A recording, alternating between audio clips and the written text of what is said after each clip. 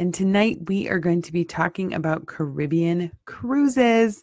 I just got back from one, so I figured it was a good time to chat about all the fun that can be had as you cruise the Caribbean.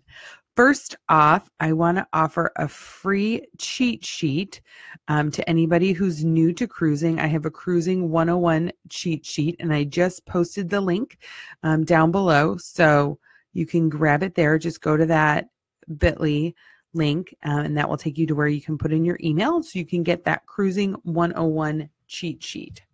So let's get started. I'm Angie Lusk, a travel agent specializing in cruises, all-inclusive vacations, and trips to theme parks. This is a picture from my most recent cruise. In fact, I just got back on Sunday from an 8-night Caribbean cruise on Princess. This was as we were pulling out of Fort Lauderdale on our beautiful balcony. I absolutely love cruising, and I hope tonight's presentation will give you an overview of what's available in the Caribbean in terms of ports and islands, how the itineraries come together, and the different cruise lines that are available for cruising the Caribbean.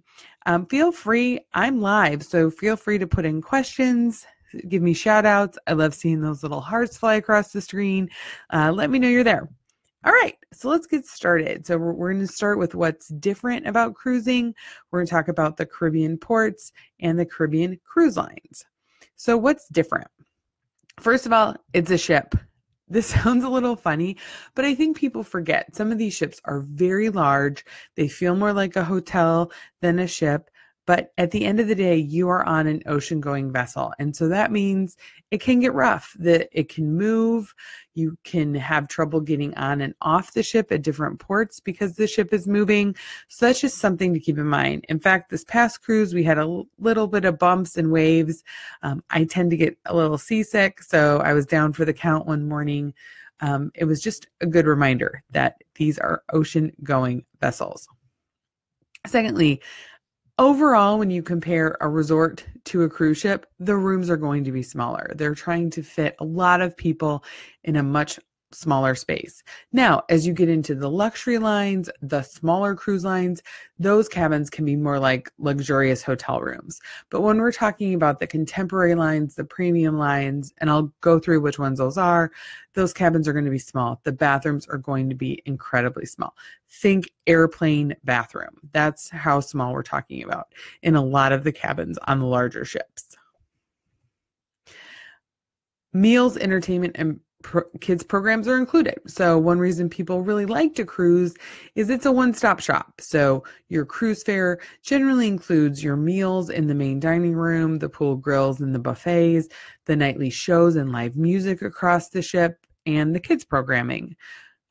The lines that cater towards families have supervised kids programs where usually between the ages of 3 and 12, 4 and 12, you can sign in your kids and they'll be supervised and have great activities so that you can have some adult time on your own. You travel while you sleep. So this is one of the reasons I absolutely love cruising. I feel like you can see so many different countries in a short period of time. Now, one critique of cruising is that you don't really get a lot of time in each location. So in general, depending on the cruise line and the itinerary, you may be in a port for 8 to 9 hours. Some cruise lines like Azamara tend to stay longer. A lot of cruise lines have started doing overnights in port where they'll actually stay at dock overnight or until the early morning hours to give you extra time in port. But in general, you're just going to get a taste of that location. You're not going to be able to see or do everything there unless it's a very small island like Bonaire. There's no passport needed for U.S. citizens leaving and returning to the same U.S. port. Now, I always strongly recommend bringing a passport and having a passport, because if something goes wrong and you need to leave the cruise for any reason, you will have to apply for a passport, and that will just slow you down in an emergency situation. So even though it's technically right now not necessary, absolutely get a passport. The other thing to consider is there's very little flexibility.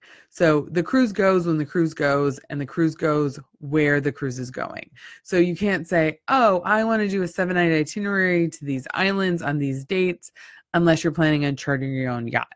So for some groups, that really doesn't work because the groups need flexibility. Maybe some people in the group want to come for 3 nights. Some people want to go for 7 nights. A cruise isn't going to accommodate that. So let's talk about the Caribbean. Here's a map of the Caribbean. A lot of the Caribbean cruises leave from Galveston, which is just outside Houston, New Orleans, Miami, Fort Lauderdale, Tampa, Port Canaveral. There have actually been some Caribbean cruises that leave out of New York that go to Nassau, Bahamas. So you have a lot of different options when it comes to where you want to leave from. Now, one thing I really want you to know about this map is how close the Bahamas are to Florida. One thing I hear a lot about is people want 3 to 4 night cruises that go places other than the Bahamas. And I have to tell you, that's just not going to happen. These other islands are just too far. If you're looking for a 3-night cruise or a 4-night cruise, it's going to be to the Bahamas, to Cuba, or to just outside Cancun, Mexico at Cozumel, because those are the places they can get to and get back within a period of 4 to 5 days. And you can see that from the map. Getting all the way out to Turks and Caicos or down to the Cayman Islands, it's just too far. So speaking of the Cayman Islands, this is what's typically considered a Western Caribbean cruise. I do want to talk about Cuba by itself. So Cuba, under the Obama administration, opened up to Americans under certain restrictions. Some of that flexibility has been rolled back under the Trump administration, but Americans can still go to Cuba on a cruise ship. You do need to have a special visa, and you do need to have a passport in order to go to Cuba. The excursions you take have to be certified, because the requirement for Americans to go to Cuba is it has to be educational. Cuba has not been opened up for general tourism yet. So it has to be an educational trip. So that means you are restricted to certain activities, shore excursions, and you can work with whatever cruise line you take to make sure that you're taking the right excursions, you're filling out the right paperwork. They can also help with your visa, or that's something I do, obviously, for my clients, is direct them to the right places to go to secure their visa. So looking at the map, so a very common stop on a Western Caribbean itinerary is Cozumel, which is just off the coast of Cancun, Grand Cayman, which is part of the Cayman Islands. You may go to Montego Bay or Falmouth, Jamaica. You may even go down to Belize or off the coast of Honduras to Roatan. Oh, hi, Lori. You're happy to think about cruising. You love it too. Lori's talking about she loves the sea days, but likes having adventures on the islands. Oh, thanks, Lori, for mentioning the sea days. So this is one benefit I didn't talk about in what's different about cruising, is that as you travel throughout the Caribbean, there'll be some days where you're just at sea, meaning that you don't stop anywhere. You're just traveling through the ocean. And as Lori said, that is a favorite day because it is so relaxing. You don't have anywhere to be. And usually the itinerary is filled with all kinds of activities. We did trivia. We've been to lectures. Some people go to the spa. So there's lots to do on board. And hi, Amy. I'm so glad you could join. So the Western Caribbean, you can pick up ports in Belize, Honduras, Cayman Islands, Jamaica, as well as the coast of Mexico. There's also another port in Mexico called Costa Maya. That is an entry port to the ruins. So that ruins are very popular excursion there. Also ATV excursions are popular. In fact, on the cruise I took in December, we took an ATV excursion, and it was a little more adventurous than I had anticipated, as the trails were flooded due to some recent rain. So that was pretty exciting. One note about the Cayman Islands, this is a tender port. They do not have a pier that crosses over the reef that surrounds the islands. So what a tender port means is that you will board a smaller boat. So your boat will anchor offshore, and then a smaller boat will drive up to it. Sometimes some ships use their lifeboats, and then you will cross over into that smaller boat and then go to shore from there. So that's something to keep in mind. As you look at the different excursions. the tender ports tend not to be handicap accessible. So another thing to keep in mind if you have mobility issues or if you require a scooter, a wheelchair, or a cane or walker. So that's the Western Caribbean in general. So let's talk about the Eastern Caribbean. Now, both the Western and the Eastern Caribbean itineraries tend to be 5 to 7 to 10 nights, but you can have a 5-night or a 7-night and get to these islands and then get back to Florida or Texas, wherever you've started from. The Eastern Caribbean usually includes Nassau. Several cruise lines also have their own private islands in the Bahamas. So these are areas that the cruise line has bought. So it's considered part of the ship. So the meals will still be included. You'll still be able to charge drinks back to your room, and it makes for a beautiful beach day.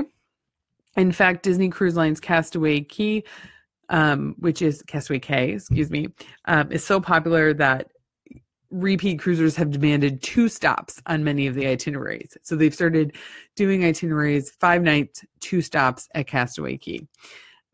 So as you can see, you head down here to Turks and Caicos. The stop is in Grand Turk.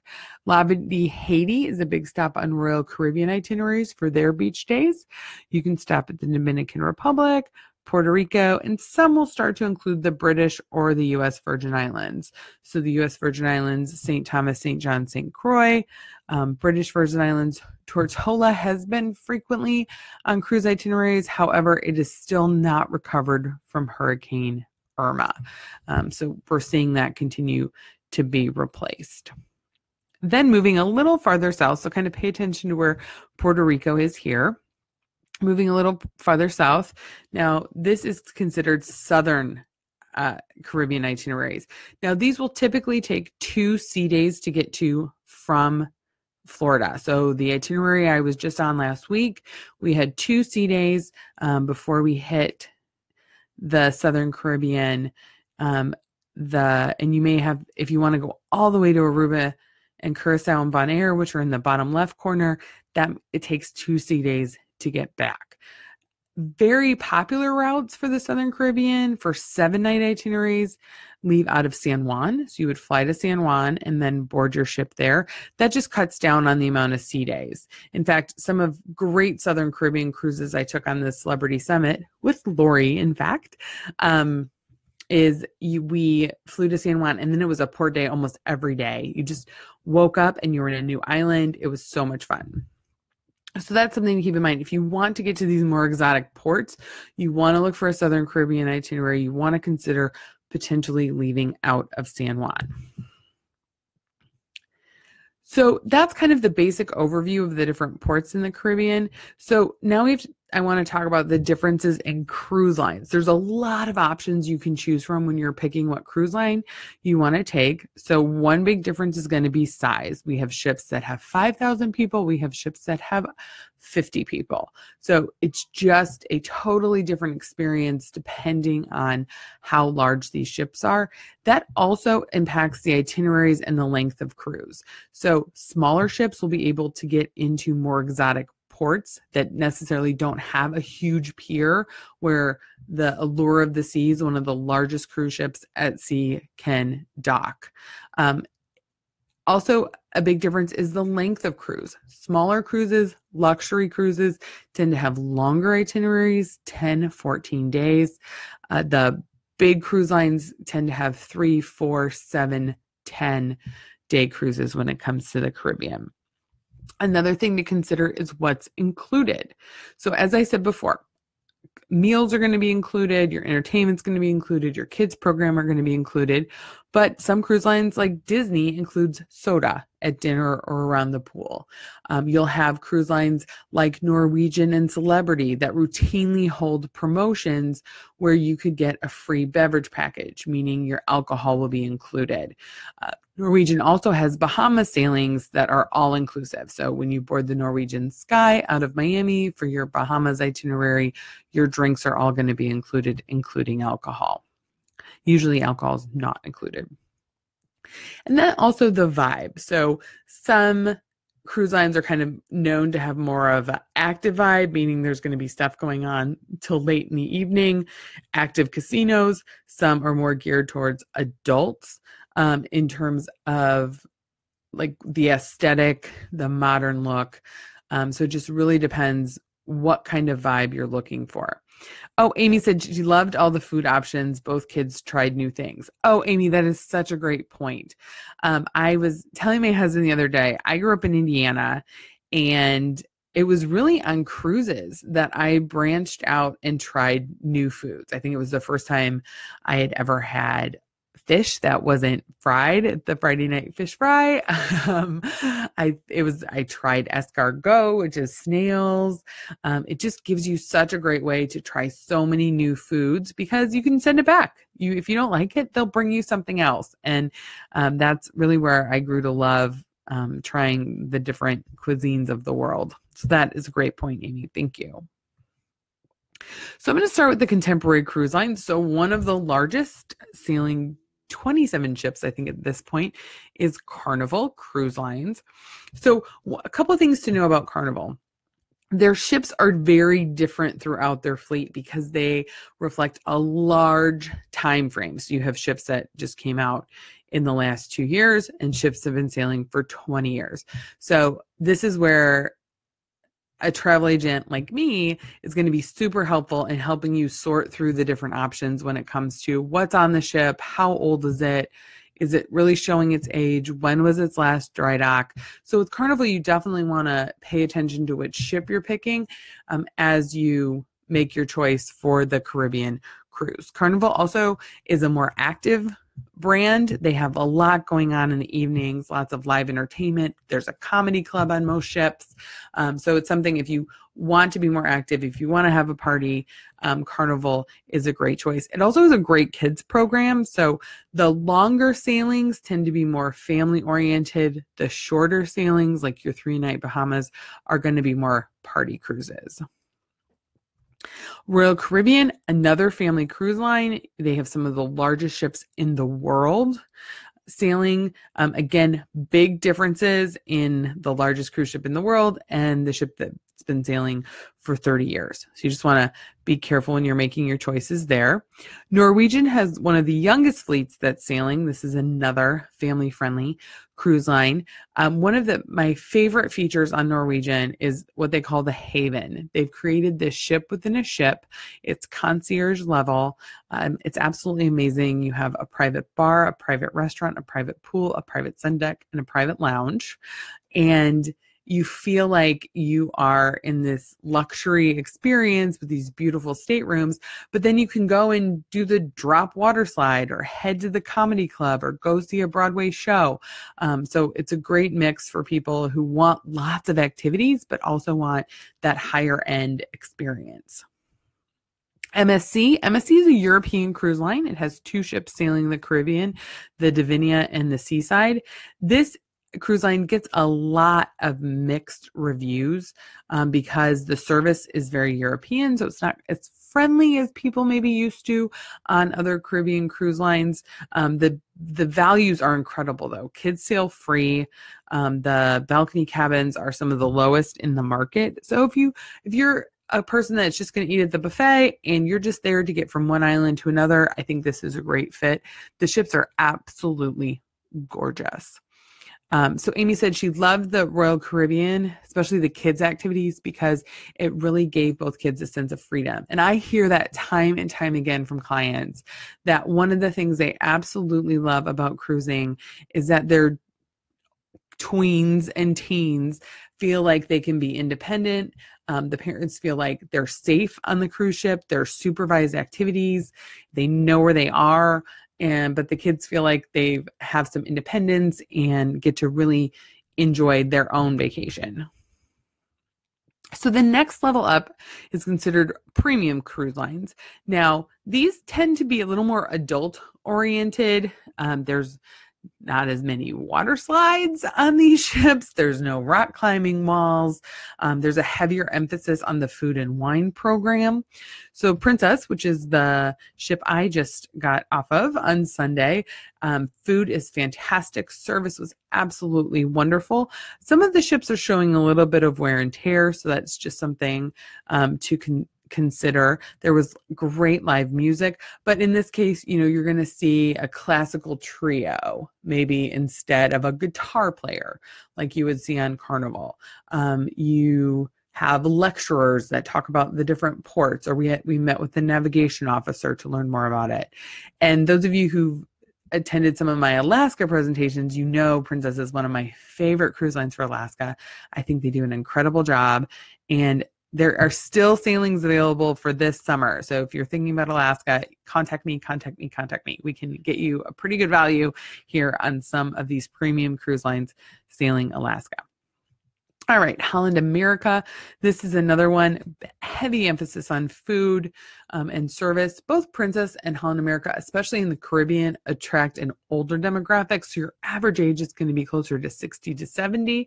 So that's something to keep in mind. But the Holland America Koningsdam, we sailed that in its inaugural season in Europe, and it was absolutely amazing. It's a gorgeous ship, had a lot of great, interesting spaces, and some of the best food I've ever had. Not just best food on a cruise ship, some of the best food I've ever had. Disney Cruise Lines is definitely a premium cruise line. The price is going to be 2 to 3 times what you would find on some of the contemporary lines because more is included. So like I said before, your soda is included, and these are high caliber Broadway shows for the entertainment. You are really paying for the kids club, for the excellent entertainment, for the attention to detail, for that extra bit of service.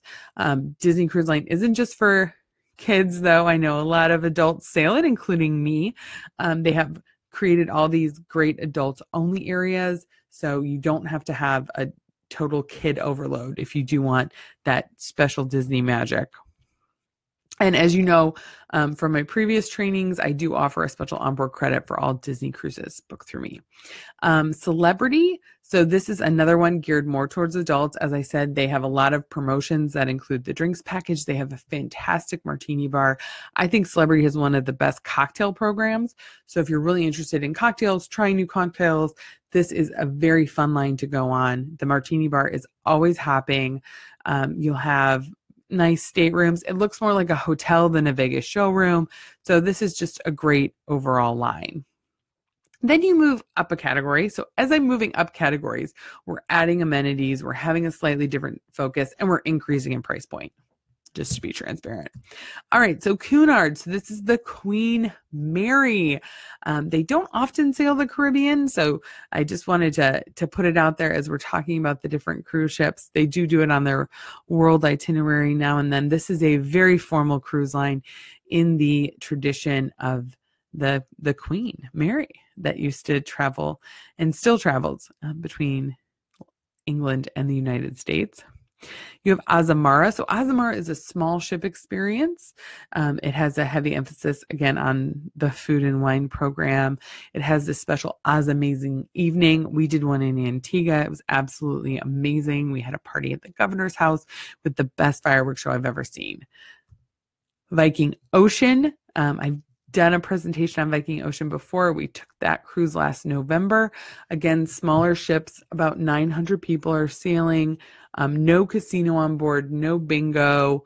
Really focus on relaxation. Tons of beautiful areas where you can just sit, relax, read a book, and have an ocean view. And the food was fantastic. Specialty dining is included on Viking Ocean, as are beer and wine with lunch and dinner, and 1 shore excursion per port. So that's kind of fun. Oceania, another small ship experience. Again, heavy emphasis on food. Most people say Oceania has the best food at sea. Thomas Keller, who's a very famous chef from the French Laundry, is one of their culinary consultants. And then Windstar, this is a totally different experience. These have sailing ships. So they have smaller ships with big sails. So you get more of that barefoot cruising experience. And then we have the luxury cruise lines.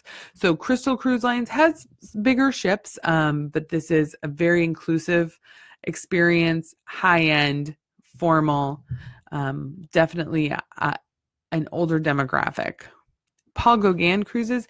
These are mostly this is the Tahiti market. I did just include it here because we're going through all the different cruise lines and I didn't want to leave them out because they are a very special cruise line if you're trying to head to Tahiti. Regent Seven Seas. You may have seen my video about what a tremendous value Regent's is for Alaska. It also is a great value for the Caribbean. This is all inclusive. It includes your airfare, everything, your excursions. The only thing you may have to pay for is if you want a spa appointment. Again, smaller ships, lots of service, very luxurious. Seabourn, this is a yacht experience. Again, a smaller ship, not quite as much as included as you would find on Viking Ocean or Regents, but larger cabins. The cabins on the Seabourn ships are really lovely. Sea Dream Yacht Club, very small yachts. So this is a very exclusive, small boat experience. And then Silversea is very similar to Seabourn, smaller, larger cabins as you enter the luxury market. So that is the overview. We've covered so much. We've covered the Caribbean, the Western Caribbean, the Eastern Caribbean, the Southern Caribbean, all the different cruise lines. So I think the bottom line is, as you're thinking about cruising, is it's really important to match what's important to you to one of these options. And that's what I do. I've been on over 33 cruises myself. I've done site inspections on even more cruise ships. And so that's my job, is to learn about you, learn about your family, learn about what you're trying to experience on this cruise, and then match you with the best experience out of those ports of call and all of those cruise lines. And remember, it doesn't cost you anything extra. All of these cruise lines build travel agent commission into the price of their cruise. So you will pay exactly the same as if you booked directly with the cruise line, but you get all of my help. It's a real win-win, and it's so much fun for me. The upcoming Facebook nights, I'm going to keep with the cruise theme here for the next 4. So we're going to do something totally different next week, and that is uncruise.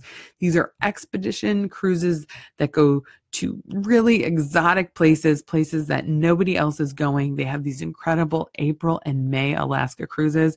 You get up there before the big ships get there. Absolutely incredible. We're going to talk more about Regent Seven Seas.